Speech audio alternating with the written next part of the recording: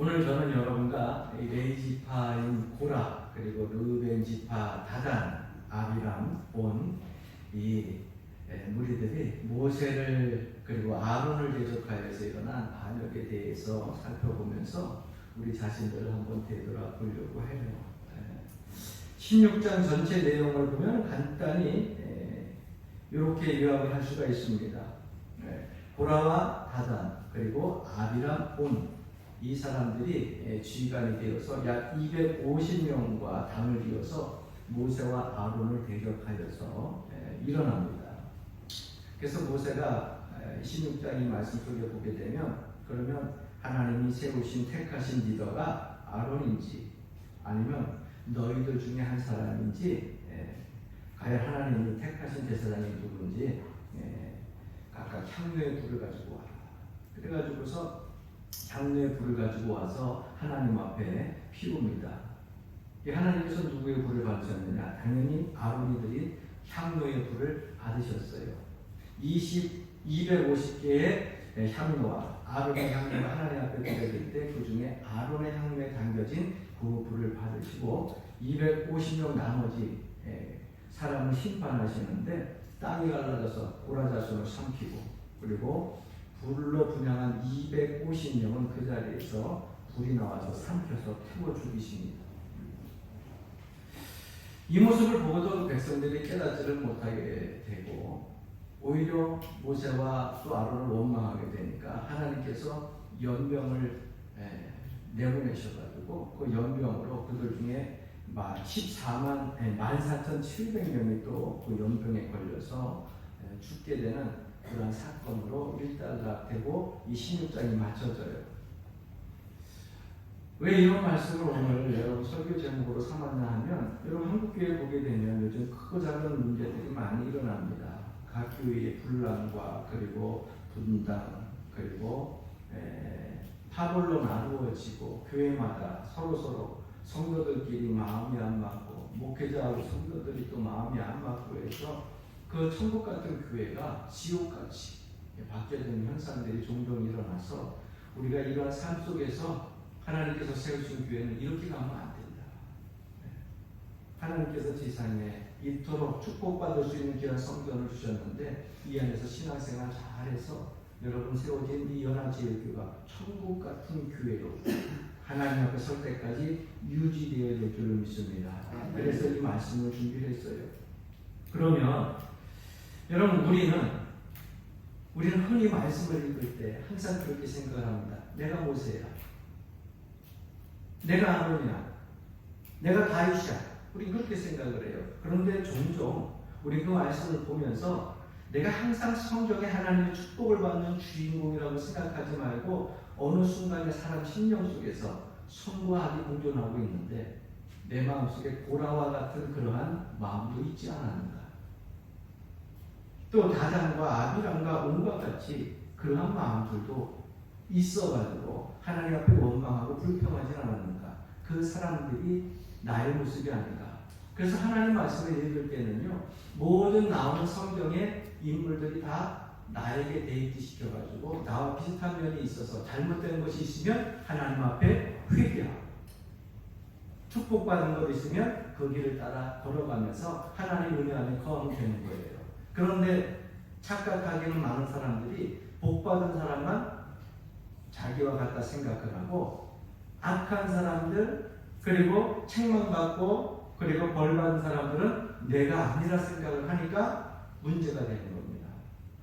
오늘 혹이라도 여러분들 말씀 속에서 고라와 같은 모습이 여러분들 심령 속의 삶 속에 만약에 비춰졌다고 하면은 여러분들이 신앙생활할 때 다시 믿음을 고쳐잡고 하나님 은혜 가운데 바로 설 수 있길 주님을 간절히 축원합니다.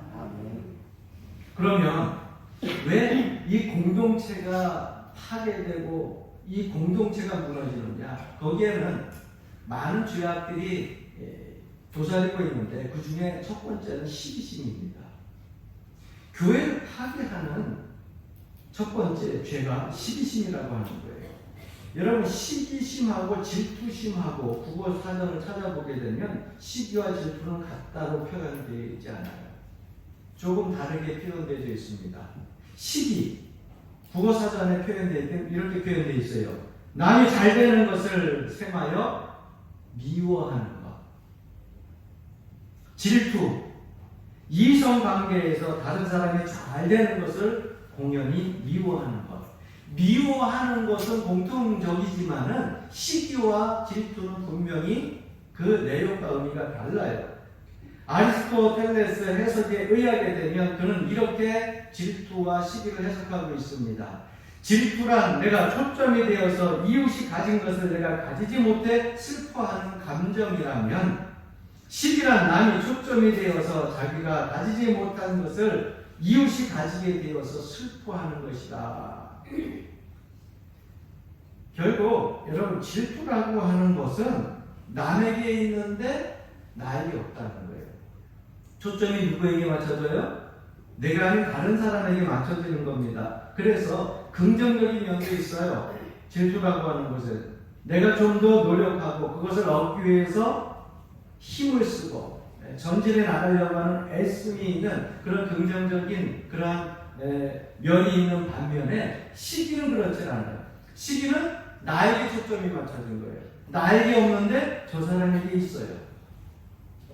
그런데 내가 저 사람에게 있는 것처럼 나도 그걸 가지려고 애쓰는 것이 아니라, 나는 노력도 하지 아니하고 나는 애쓰지도 아니하고 저 사람 잘 되고 가지고 있는 것을 빼앗고 그것에 대해서 괜히 나에게 없는 걸 갖고 있다고 미워하고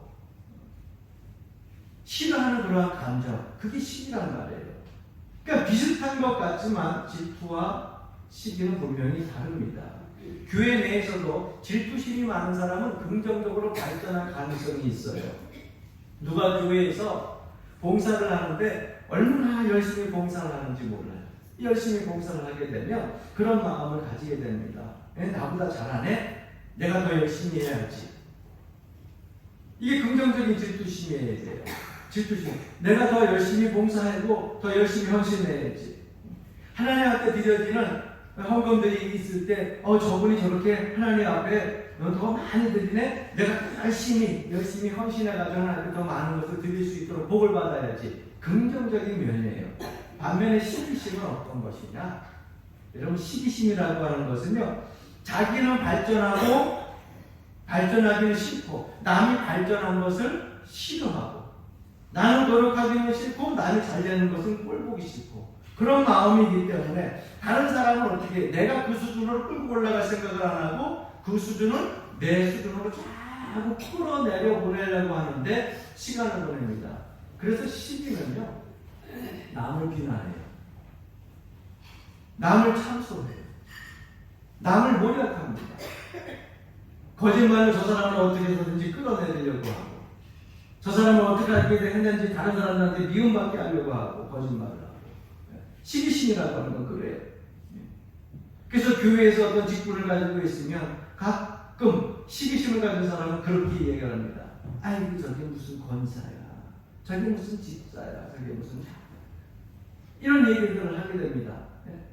그리고 또 보세요. 가정에 문제가 있던 아니면 일상생활 속에서 문제가 있던 하나님 앞에 나와서 기도하는 것은 당연지사예요. 믿음으로 시작하는 것은 그 사람의 아주 좋은 온전한 믿음의 모습입니다. 신앙생활의 모습이에요. 그런데 평상시에 기도 안 하다가 기도한다 그러면은 이야기를 합니다. 에이, 저 가정에 문제가 많으니까 저렇게 기도하지. 분명히 어려운 일이 있었을 거야. 분명히 힘든 일이 있었을 거야. 세상 태평하면 저렇게 나와 기도하겠어. 남 기도하는 것 같고 자기도 나와서 기도할 생각하지 아니하고 남 기도하는 거 자꾸 어떻게 해요? 끌어내릴 생각하는 거예요. 이게 시기심이라는 거예요.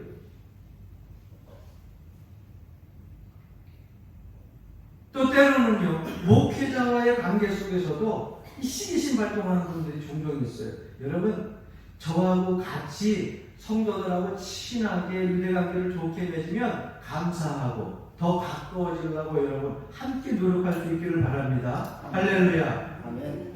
목회자하고 가까워가지고서 손해 볼 거 없어요. 신앙생활할 때 목회자하고 가까워지면은요, 신앙적으로도 믿음으로 더 성장하게 되고요, 자꾸 주님 앞에 믿음으로 나아가고자 애쓰는 모습들이 그 삶 속에서 도전을 받게 되지. 여러분 목회자 따라다니고 목회자 좋아하는데 망하는 길로 인도하겠습니까? 그래서 목사님한테 뭐 좀 잘하면은 아이고 목사님한테 잘 보이려고 콧방귀 푹푹 부는데, 여러분 목사님한테 잘 보이려고 하는 것이 아니라 그분들은 내가 잘나서가 아니라 하나님의 말씀을 전하는 목회자로 부름받아 세워졌으니까 존경하는 마음으로 가까워지고자 잘하는 거예요. 목사님한테 잘 보이려고 그렇게 하는 분들은 시기심이 발동하는 거예요. 그러니까 여러분 신앙생활 할 때 질투심이라고 하는 건 있을 수 있어요. 예? 남에게 초점이 맞춰지면서 내가 긍정적인 면에서 남을 끌어서 발전시킬 수 있는, 예? 신앙적으로 더 발전시킬 수 있는 좋은 면이 있어요. 그러나 시기심은 안 그래요. 자꾸 끌어내리려고 하기 때문에 시기심은 교회 공동체를 파괴하는 첫 번째 지약이 될 수 있어요. 사랑하는 성도 여러분, 오늘 본문 말씀 속에 나오는 고라와 그 당처럼 여러분들 삶 속에서 혹시라도 그런 주인공이 나오지 않길 주님으로 간절히 축원합니다. 오늘 이 고라라고 하는 사람은요, 시기심으로 똘똘 뭉친 사람이에요. 왜 이 고라가 시기심으로 똘똘 뭉쳤냐? 성경을 가만히 살펴보니까는요, 모세가 어디 지파예요? 레위 지파입니다. 아론이 어디 지파예요? 레위 지파예요. 자, 모세와 아론이 지도자가 되고 아론은 대제사장이 되고 회막을 섬기는데, 이 고라가 어디 지파예요? 레위 지파예요. 지파를 보면 똑같은 같은 지파예요. 근데 모세는 지도자가 되고 아론은 제사장이 되고, 그런데 자기도 레위 지파인데 자기는 제사장도 못 되고 지도자도 못 되고 성막에서 봉사하는 사람으로 살아야 된다. 그러다 보니까 시기심이 생긴 거예요. 왜 똑같은 지파의 후손인데 나는 성막에서 회막에서 봉사하는 사람으로 살고 누구는 지도자가 되고 누구는 제사장이 되느냐. 여러분 레위 지파의 가문을 살펴보게 되면 레위에게는 아들 셋이 있었어요. 그 세 아들이 여러분 구약성경 읽어보다 보면 나오잖아요. 첫 번째 아들이 누구냐면 게르손이라고 하는 아들이 나와요. 고핫이라고 하는 아들이 나와요. 무랄이라고 하는 아들이 나와요. 그 세 아들이 있는데 게르손, 고핫, 무랄이 이렇게 세 아들이 있는데 그 중에 고핫의 증손자가 누구냐면 바로 오늘 본문 말씀에 나오는 고라예요. 그러니까 할아버지지. 예? 증손자면 할아버지, 아버지 이렇게 되는 거죠. 그런데 고핫의 손자가 누군지 아십니까? 바로 모세와 아론이에요. 복잡하죠? 막 지금 머릿속에 계산하는 거, 아이고 증손자는 할아버지고 뭐 계산할 필요 없어요. 제가 가르쳐 줄게. 고라의 삼촌이 모세예요. 고라의 삼촌이 아론이에요. 그러니까 고라의 삼촌이 누구라고요? 아론이에요. 그러면 나중에 아론이 아들 하나가 있는데 엘르아살, 훗날 제사장이 됐죠. 이후로 그 엘르아살이 제사장이 되는데 엘르아살과 그리고 고라하고는 어떤 관계가 될까요? 이거 생각하기가 좀 심각하나? 내 삼손의 작은아버지의 큰아버지의 아들이 나하고 어떤 관계예요? 그렇죠. 어려운 관계 아니에요. 내가 성경으로 얘기하니까 이게 쉽게. 그러니까 고라하고 아론의 아들, 아론의 뒤를 제사장 엘르아살하고 어떻게 된다고요? 사촌 관계예요. 그런데 여기에 대해서 불만이 있는 거예요. 왜? 나도 같은 지파의 후손이란 말이죠. 예? 위로 올라가면 같이 한 조상이고 나도 레위 지파고 제사장 가문의 지파고, 그런데 아론의 후손인 자기야 사촌은 누구는 제사장이 되고 자기는 왜 제사장이 되지 못하느냐. 그러다 보니까 마음에 늘 분을 품고 있고 불만을 품고 있다가 사람들이 얼씨구나 할 때 반역을 일으키게 되는 모습을 보게 됩니다. 그 반역을 일으키는 그 시작이 바로 시기심에서 시작되어졌다는 거예요. 여러분 그러면 고라라고 하는 사람은 이해가 되는데 왜 르우벤 지파였던 다단과 아비란과 그리고 온이 여기에 같이 함께 포함돼서 반역을 했을까요? 이것도 비슷한 이유의 하나입니다. 르우벤 지파는요 이스라엘 야곱 12지파의 장자예요. 르우벤이 큰아들 아니에요. 네? 그러니까 엄연히 따져서 또 올라가 보게 되면은 레이는요, 사실은 르벤의 동상 아니에요. 네? 그러니까 르벤이 장자잖아요. 그러면 장자 집안에서 지도자가 나와야 되는데 그 불만을 갖고 있었지만 하나님이 레이지파를 선택하여서 제사장 집안으로 만들어 놓으셨으니 불만은 얘기하지 못하고 끙끙 늘 마음을 가지고 있다가 고라가 레이지파가 시기심을 갖고 의사하고 반역을 일으키니까 거기에 우리도 장자 집안 르벤 지파의 자녀들인데 하면서 의사하고 붙은 게 바로 다단, 아비람 그리고 온. 이 지파의 사람들이 붙은 거예요. 그래서 몇 명이 모였다고요? 성경에 보니까 250명이 모여가지고서 자기네들의 리더 모세를 인정하고 싶지 않은 거예요. 제사장 아론 인정하고 싶지 않은 거예요. 여러분 참 이상한 거는요. 우리가 살면서 가만히 보게 되면 시기심은 멀리 있는 사람에게서 절대 일어나지 않습니다. 시기심은 같은 종의, 같은 종류의, 같은 환경에 가까운 사람에게서 항상 시기심은 발생하게 돼 있더라고요. 먼 사람 신경 안 씁니다. 여러분 생각해 보세요. 학교에서 전교 1등 하는 학생이 있어요. 그 전교 1등 하는 학생을 제일 싫어하고 시기하는 사람이 누군지 아세요? 전교 2등 하는 사람. 꼴찌는 신경도 안 써. 1등을 하다. 2등을 하다. 그런데 전교 1등을 하는 사람을 가장 시기하는 사람은 전교 2등 하는 사람이에요. 저것 때문에 내가 1등을 못한다. 항상 그렇게 생각을 하기 때문에 시기심이 일어날 수 있다니까요. 여러분 코카콜라 다 드셔보셨죠? 코카콜라 제일 싫어하는 시기심 발동하는 회사가 어떤 회사인 줄 아시겠어요? 펩시콜라.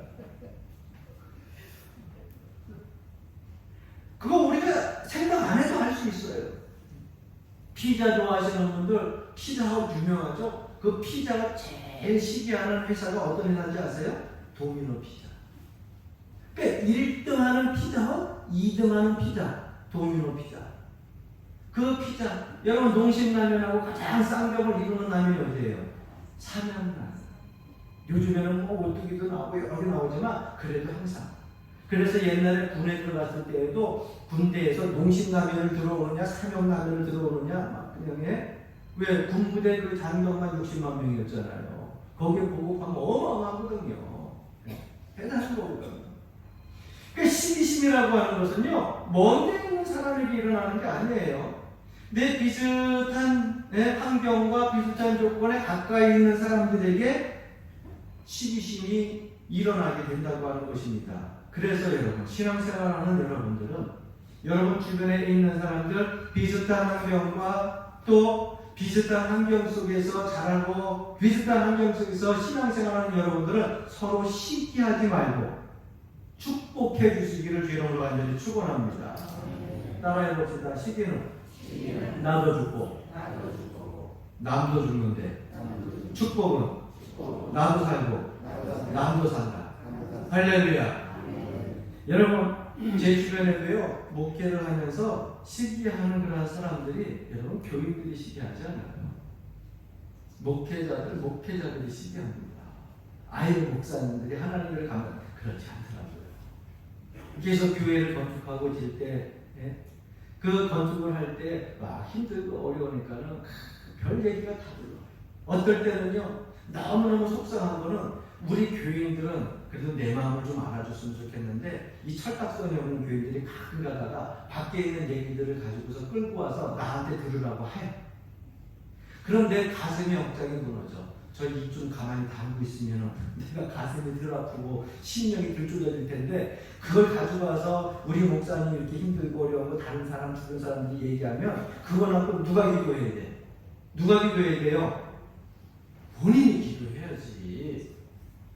본인이 놓고 목사님 마음 아프지 않게 상수하지 않게 모략하지 않게 여러분들의 목회자로 존경하고 세워주셨으니까 여러분들이 기도하는데 하나님 힘줘달라고 기도하면서 기도해야 되는데 그거 기도는 하지 않고 와가지고 쫙와서 나한테 다 이걸 다치면 제가 좋은 소리는 괜찮은데 나쁜 소리 들으면 걱정이 무너지지. 나도 살았는데 그러면 그래요.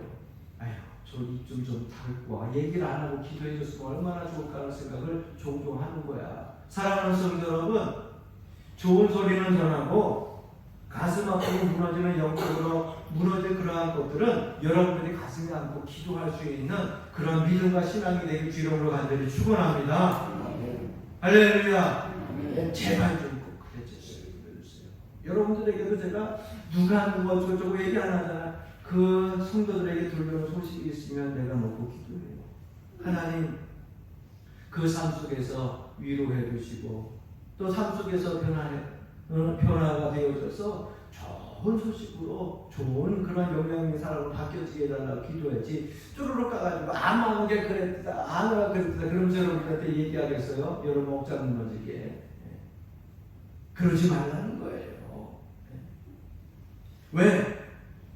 남이 잘 돼야 여러분도 잘 되는 거예요. 할렐루야. 남을 끌어내리면 내가 올라가는 것이나 나도 점점점 그 밑바닥으로 내려가게 돼 있는 것입니다. 그 주님께서 말씀하시잖아요.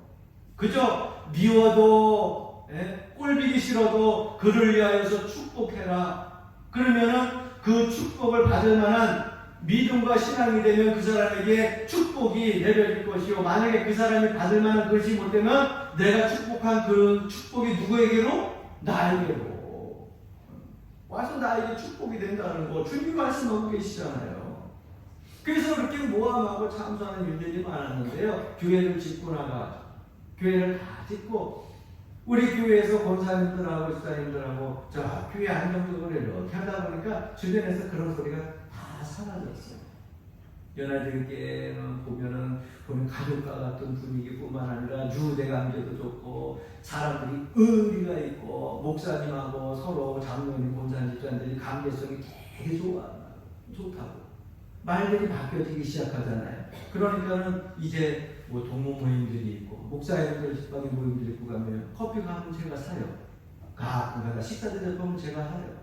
넉넉해서가 아니라 저 교회에서는 그저 성도님들이 잘하니까 목사님하고 유대관계가 좋고 그렇게 신앙관계 속에서 잘 합해서 잘 평안하니까는 목사님이 사요. 선배님이 사요. 그렇게 얘기하면 제가 넉넉히 삽니다. 왜? 초월이기 때문에. 사랑하는 성도 여러분, 내가 아는 사람이 잘 되는 것이 축복이에요. 저는 여러분들 가정과 삶과 사업과 직장이 하나님 은혜 가운데 범사에 잘 되기를 간절히 축원합니다. 늘 기도한 것처럼 응답되어지길 바랍니다. 왜? 여러분들이 잘 돼야 그것이 저에게도 큰 축복이기 때문에요. 교회 안에 시기심이 있으면 안 됩니다. 시기심은요, 교회를 분열하게 하고요. 성도끼리도 시기심이 있으면 안 돼요. 그렇게 되면 교회가요 분열이 될 뿐만 아니라 분열이 되는 곳에는 항상 마귀가 틈을 파고 들어와요. 그러므로 여러분 혹 미워하는 사람이 있으십니까? 싫어하는 사람이 있습니까? 마음에 꼴보기도 싫은 사람이 있습니까? 그를 위해서 한 번 더 기도하고 그를 위해서 더 축복하는 여러분 되길 주님으로 간절히 축원합니다. 그러면 전쟁터 같은 여러분들의 마음이요 천국으로 바뀌게 될 줄로 믿습니다.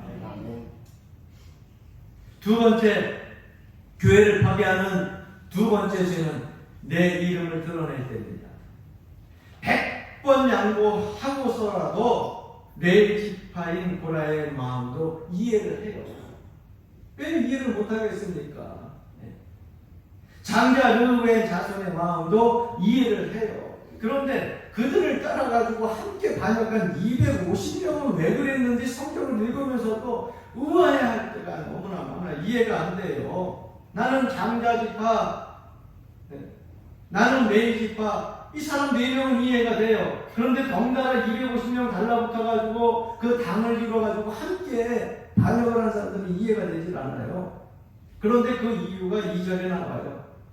오늘 2절 말씀 보니까 이스라엘 자손 총회에서 택함을 받은 자, 곧 회중 가운데 있는 회중대 가운데에서 이름 있는 지휘관 250명과 함께 일어나서 모세를 거스르니라.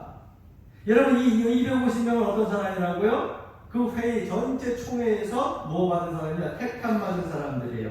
택함 받은 사람들인데 여러분 250명이니까 별거 아니라 생각하지 마세요. 장정만 200만 명이에요. 200만 명 중에 250명 택함 받았다고 하면은 여러분 그 사람들이 이름을 알까요? 모를까요? 이름을 알죠.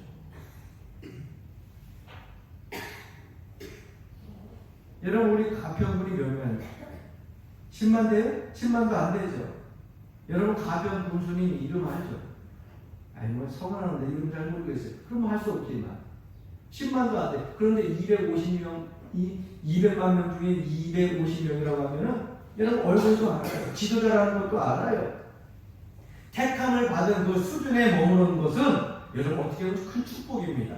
회중들 사이에서 이름이 있는 지휘관, 이렇게 성경은 말씀하고 있어요. 총회가 선택해주고 사람들이 이름을 알아둘 때쯤 되니까 이 사람들이 착각에 빠지는 거예요.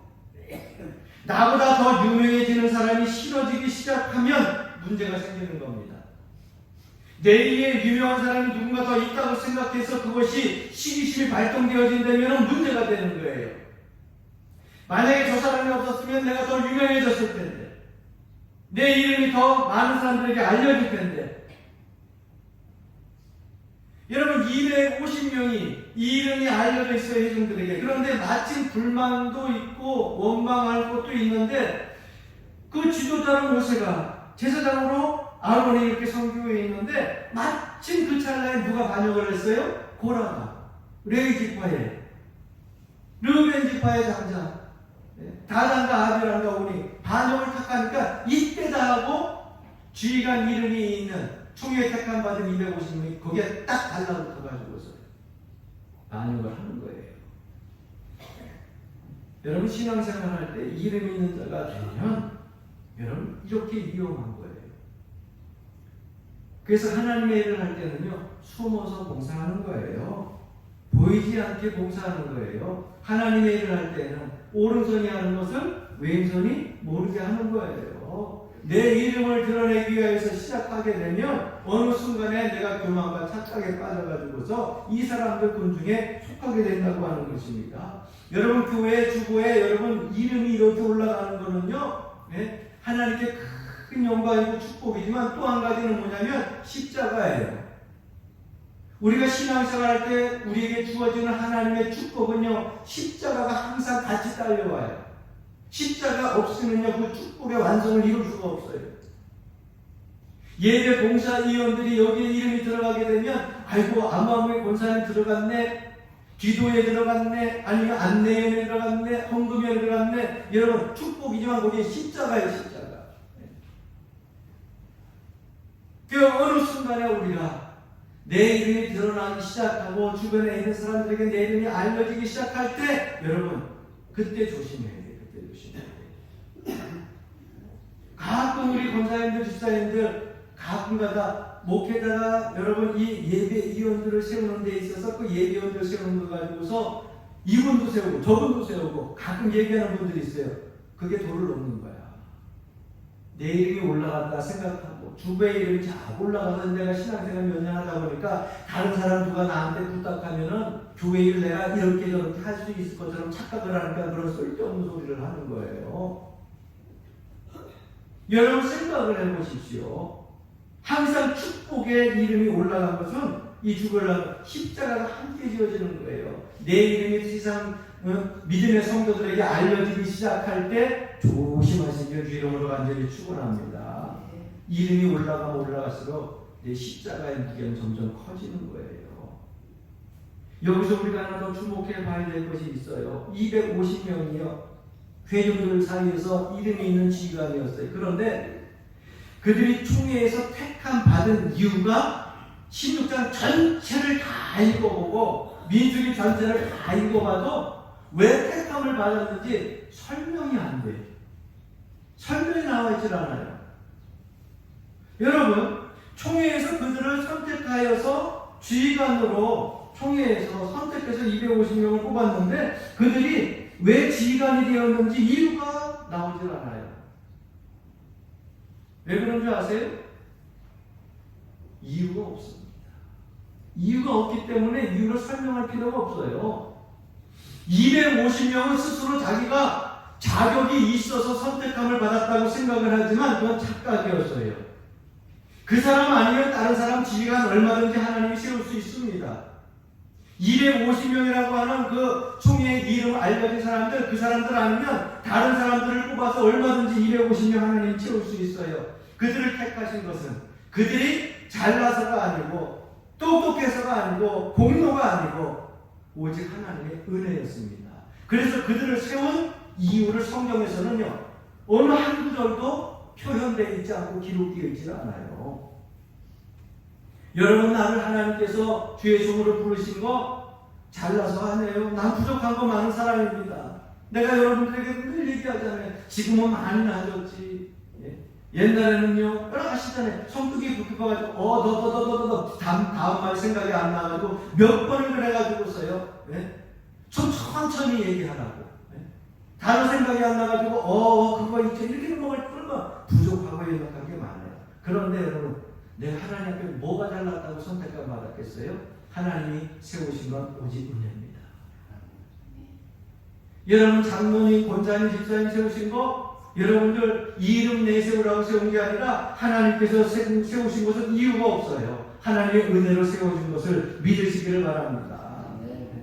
하나님이 우리를 선택하고 일꾼으로 부르셔서 사용하신 그 이유를 굳이 찾는다면 고린도전서 1장 26절부터 29절에서 찾을 수 있을 것 같아요.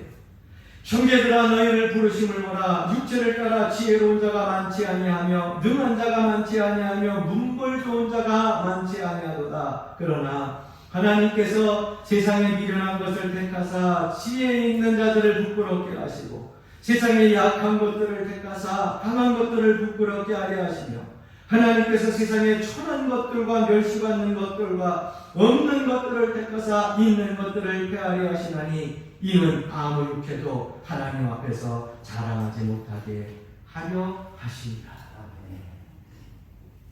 하나님께서 굳이 나를 여러분들 택하여 세우신 이유를 찾는다고 하면 한 가지 있어요. 부족하기 때문에. 고린도전서 1장 말씀해 보니까 나를 일꾼으로 선택한 것은 잘나서가 아니라 내가 부족하기 때문에. 부족하기 때문에 선택해 주셨다는 거예요. 여러분, 하나님께서 이스라엘 백성을 택하신 이유도요, 지금 전쟁 때문에 막 시끄럽죠. 열방 중에서 가장 힘이 세고 뛰어나고 머리가 좋아서 여러분 이스라엘 민족을 택한 것이 아닙니다. 신명기 7장 6절부터 7절 말씀에 보게 되면 너는 여호와 내 하나님의 성민이다. 네 하나님 여호와께서 지상 만민 중에서 너를 자기 기업의 백성으로 택하셨나니 여호와께서 너희를 기뻐하시고 너희를 택하심은, 잘 들어보세요, 너희가 다른 민족보다 수요가 많기 때문이 아니라 너희는 오히려 모든 민족 중에 가장 적으니라. 그들이 선민이라고 택함받았다고 교만하게 이렇게 다니는데 하나님이 그들을 택한 것은요, 모든 민족 중에 적으니라, 작아서 선택한 거예요. 네. 그러니까 내 이름을 여러분 세상 밖에 이렇게 드러낼 때 우리가 조심해야 되는 거예요. 하나님의 일꾼은요, 항상 하나님의 은혜를 잊어서는 안 됩니다. 내가 하나님께 부름받은 것도 은혜예요. 선택받은 것도 하나님의 은혜라고 하는 사실을 기억하고 늘 겸손하게 하나님 앞에서 신앙생활해야 될 줄로 믿습니다. 저 또한 물론 겸손한 목사가 되어야 되고, 우리 교회의 장로님 겸손한 장로가 되고, 우리 교회 본사님들 겸손한 본사가 되고, 우리 교회 집사님들 겸손한 그런 집사님들이 되면 우리 교회는 지금보다도 더 천국 같은 그러한 모습으로 이어져 갈 수 있을 것입니다. 할렐루야. 세 번째, 존재와 직분의 혼돈입니다. 교회를 파괴하는 마지막 죄는요, 존재와 직분의 혼돈이에요. 오늘 3절 말씀 보게 되면 그들이 모여서 모세와 아론을 거슬려 그들에게 이르되 너희가 분수에 지나도다. 회중이다 각각 거룩하고 여호와께서도 그들 중에 계시거늘 너희가 어찌하여 여호와의 총에 의해 스스로 높이느냐. 여러분, 그들의 주장이 뭐예요? 우리가 모세하고 다른 바가 뭡니까? 우리가 아론하고 다른 바가 뭡니까? 같은 지파 아닙니까? 같은 후손 아닙니까? 내가 저 사람보다 말빨이 약합니까? 지식이 부족합니까? 힘이 약합니까? 재능이 없습니까? 우리하고 다른 법이 뭡니까? 다 거룩하고 여호와께서도 그들 뿐만 아니라 우리 회중과 나하고도 다른 사람들 이 선민에게도 다 함께하고 있거늘 여러분 소위 말하는 만인 제사장주의예요. 여러분 만인 제사장주의라고 하는 것 분명히 맞는 말이에요. 성경에도 그렇게 기록되어 있고 성경에 보면 신약 성경에도 그렇게 기록되어 있어요. 저에게도 하나님이 있고 여러분들에게도 하나님 있고 이 안에 거하시는 하나님 분명히 우리와 함께 하시고 그 일을 다 감당을 누구나 다 할 수 있어요. 그런데 다 맞는 게 아니에요. 절반만 맞아요. 왜 절반만 맞는지 아십니까? 존재는 똑같은데 하나님께서 하나님의 자녀로 부르신 것은 만인 제사장주의로 맞는데 직분이 달라요. 하나님의 자녀는 다 똑같은데 직분이 다르다는 거예요. 모세와 아론은 하나님이 세워주셨어요.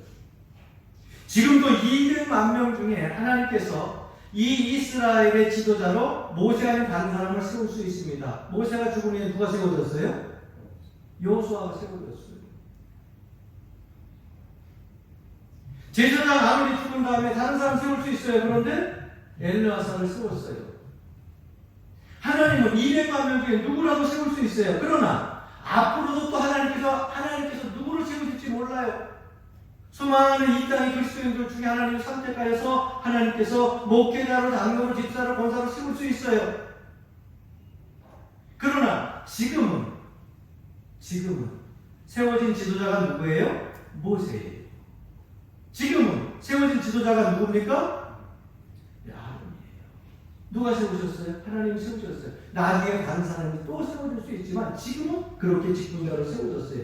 이 여러분 존재와 하나님의 자녀 거룩한 백성들 가운데 임한 하나님의 그 존재 그거와 여러분 직분을 혼동하면 안 돼요. 만인 제사장주의니까 목회자나 뭐 장로나 권사나 집사나 다 만인 제사장주의 또 하나님의 자니까 다 똑같이 이루고 하나님의 질서를 무너뜨리는 것이 여러분 교회에 혼란을 일으켜오는 겁니다. 하나님 은혜 가운데 자녀로 존재하는 건 맞아요. 그런데 지금 시대에 세워준 연화제일교회 목사는 이기성 목사, 장로는 양종 장로고, 권사님 이름 다 부르면 시간 나가니까 권사님들 다 그래 권사님들 세운 거예요. 이 시대에 필요해 세우신 거예요. 그러면 그 안에서 인정하고 존중하는 것이 믿음생활 잘하는 거예요. 할렐루야. 그리고 내가 신앙생활하고 믿음생활하다 보면 하나님이 세우실 때 되면 하나님이 여러분 세우시는 겁니다.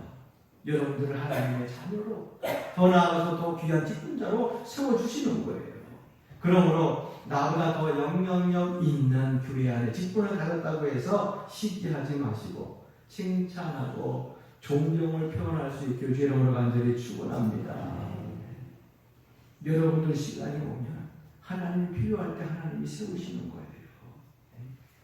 그러므로 사랑하는 성도 여러분, 혹이라도 하나님의 일을 하다가 시험 드신 분이 있으면 오늘 다시 회복하시길 주님으로 간절히 축원합니다. 모든 사람 서운해진 마음들이 있었다고 하면 축복하는 마음으로 바꾸시길 주님으로 간절히 축원합니다.